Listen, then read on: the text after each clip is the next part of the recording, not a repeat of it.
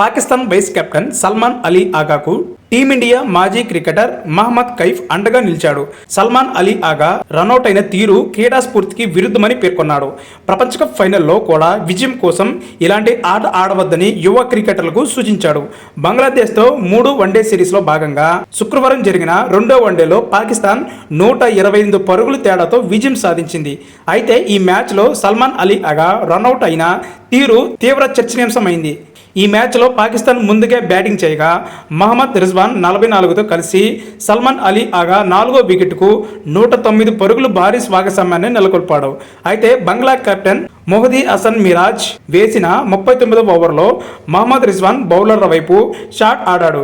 బంతి కాస్త నాన్ స్ట్రైకర్లో ఉన్న సల్మాన్ అలీ ఆగా బ్యాట్కు తాకింది. దాంతో ఆ బంతిని సల్మాన్ అలీ ఆగా బౌలర్కు అందించే ప్రయత్నం చేశాడు. కానీ మిరాజ్ వేగంగా బంతిని అందుకొని నాన్ స్ట్రైకర్ వికెట్లు కొట్టి రన్అట్ కోసం అప్పీల్ చేశాడు. దాంతో సల్మాన్ ఆగా అవాక్కయ్యాడు.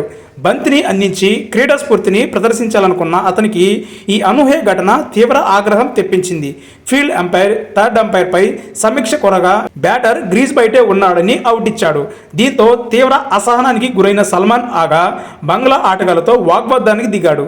పెవిలియన్ చేరుతూ బ్యాట్ గ్లౌజులను నేలకు కొట్టాడు. ఇందుకు సంబంధించిన వీడియో నెట్టింట వైరల్గా మారింది. సోషల్ మీడియా వేదికగా భిన్నాభిప్రాయాలు వ్యక్తమవుతున్నాయి. బంగ్లాదేశ్ చర్యలను తప్పుపడుతూ మహమ్మద్ కైఫ్ ట్వీట్ చేశాడు. ఇది ఏమాత్రం ఆమోదయోగ్యం కాదు. వికెట్లు తీయాలనే ఏ ఆరాటం కూడా ఈ రన్అట్ను సమర్థించలేదు. అది కూడా ఒక కెప్టెన్ నుంచి ఇలాంటి ప్రవర్తన ఊహించలేం. యువ క్రీడాకారులారా ఒకటి గుర్తుపెట్టుకోండి, చివరికి ప్రపంచ కప్ ఫైనల్ గెలిచే అవకాశం ఉన్నప్పటికీ బంగ్లాదేశ్ కెప్టెన్ చేసిన పనిని మాత్రం ఎప్పుడూ చేయకండి. క్రీడా స్ఫూర్తి లేని ఆట అసలైన ఆట అనిపించుకోదు అని కైఫ్ పేర్కొన్నాడు.